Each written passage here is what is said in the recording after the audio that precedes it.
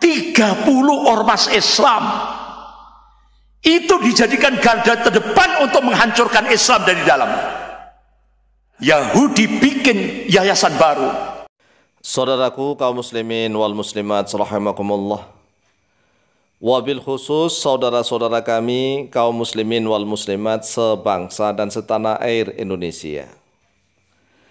Inilah cuplikan dari video yang berdurasi agak panjang. Dikirimkan oleh beberapa sahabat kami melalui WhatsApp. Kemudian kami diminta untuk menanggapi isi ceramah dari Ustadz Andri Kurniawan. Tetapi sebelum kita melanjutkan tentang mendengarkan isi ceramah Ustadz Andri Kurniawan, maka sebaiknya kita mengetahui terlebih dahulu tentang berita yang berkaitan dengan Ustadz Andri Kurniawan. Di dalam berita bahwa Ustadz Andri Kurniawan, Ketua Dewan Dakwah Islamiyah Indonesia atau DDI Malang, Jawa Timur. Ustadz Andri Kurniawan akan dilaporkan ke polisi karena dinilai menyebarkan kebencian dan fitnah. Kami sudah pelajari adanya ujaran kebencian dan fitnah dari saudara Ustadz Andri Kurniawan dalam ceramahnya di YouTube maupun tersebar di WhatsApp. Kata Ketua Pembela Kaum Marhain Sohar Hutauruk kepada Suara Nasional melalui email. Bahkan dakwah tauhid, ya, kita kan dakwah tauhid kan terus kita gerakkan. Mereka menggerakkan dakwah syirik.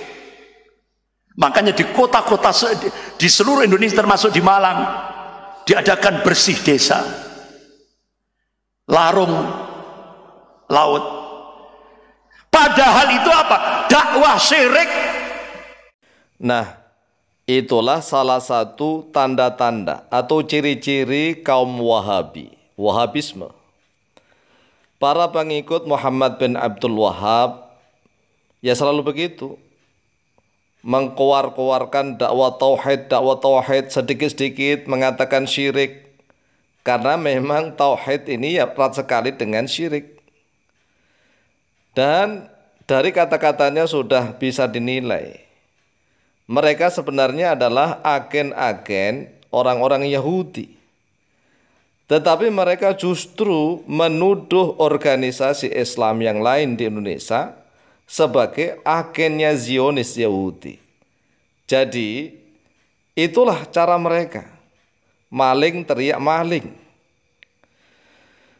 Mereka menggunakan dakwah tauhid, sedikit-sedikit mengatakan syirik, bersih desa syirik, sedekah bumi syirik, sedekah laut syirik. Mereka ini seolah-olah lebih alim, lebih tahu daripada Rasulullah SAW. Sedangkan Rasulullah SAW sendiri tidak begitu mengkhawatirkan, tidak begitu menakutkan atas umat beliau apabila melakukan kesyirikan. Karena Rasulullah yakin dan percaya bahwa umat Islam itu paham persis tentang apa itu syirik. Tetapi Rasulullah SAW mengkhawatirkan, mentakutkan pada umatnya pada duniawi, harta benda kekuasaan.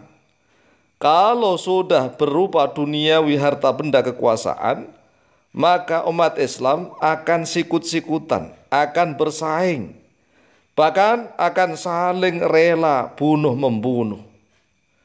Sebagaimana hadis sahih riwayat Imam Bukhari nomor hadis 1344 dan juga oleh Imam Muslim nomor hadis 2296 dari Uqbah bin Amir.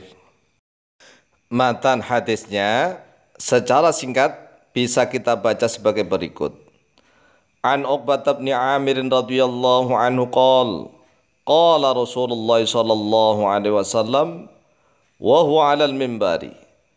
Telah diriwayatkan dari Uqbah bin Amir radhiyallahu an, beliau berkata, Qala Rasulullah sallallahu alaihi wasallam, telah bersabda oleh Rasulullah sallallahu alaihi wasallam, wa huwa 'alal mimbari, dalam keadaan beliau Rasulullah 'alal mimbari, yaitu tetap di atas mimbar.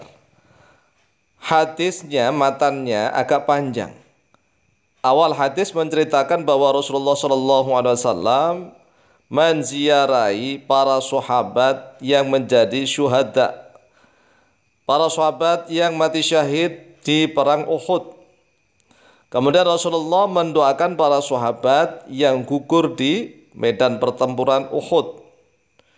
Kemudian setelah itu Rasulullah SAW pulang dan beliau naik mimbar, kemudian berkhutbah, berpidato agak panjang lebar. Dan di dalam salah satu khutbah beliau, Rasulullah SAW bersabdanya begini, wallahi ma akhafu alaikum an tusyriku ba'di, walakin akhafu alaikumud dunya an tanafasu fiha. Wallahi, demi Allah, ma akhafu, tidaklah takut oleh aku, kata Rasulullah, alaikum, atas kalian, ang tusyriku, pada sekiranya berbuat syirik oleh kalian, ba'di, di dalam setelah aku, artinya di dalam setelah wafatnya Rasulullah. Walakin akhafu alaikum, akan tetapi takut oleh aku, alaikum, atas kalian, ad-dunya, pada duniawi, harta benda, kekuasaan, kemewahan duniawi. Ang tanafasu, sekiranya berlomba-lomba oleh kalian, sikut-sikutan oleh kalian, saling jegal-jegalan oleh kalian, fiha, di dalamnya dunia. Jadi jelas orang Wahabi itu demi ingin mengacaukan Islam dari dalam, karena mereka menjadi antek-antek Zionis. Mereka itulah antek-antek Yahudi dan Nasrani, sehingga mereka tidak berdakwah kepada orang Yahudi dan Nasrani. Dakwah tauhid mereka hantamkan kepada saudara sesama muslim. Kan aneh. Oleh sebab itu, wahai saudaraku kaum muslimin wal muslimat, hati-hati kepada kelompok orang-orang Wahabisme ini. Nah sekarang kalau dulu liberalisme, sekarang Islam Nusantara. Ini hasil godokan ini, Pak. Islam Nusantara. Dan mentaati pemimpin kafir untuk menyongsong 2024 Ahok supaya bisa jadi RI 1. Nah, untuk menanggapi tentang ujian yang seperti ini, saudara-saudaraku kaum muslimin dan muslimat bisa melacak berita-berita di internet. Cari saja berita di Mbah Google atau di YouTube. Sudah banyak sekali berita-berita. Karena zaman sekarang ini keterbukaan informasi. Ya, media Israel klaim bahwa Arab Saudi mau bujuk Indonesia. Nah ini berarti kan seolah-olah Arab Saudi lah yang menjadi agen Zionis. Pejabat ES ini mengatakan Saudi antusias soal hubungan dengan Israel. Jadi mereka itulah yang menjadi antek-antek Zionis Israel, orang-orang Yahudi Nasrani, orang Wahabi. Tetapi aneh mereka, yaitu namanya maling teriak maling.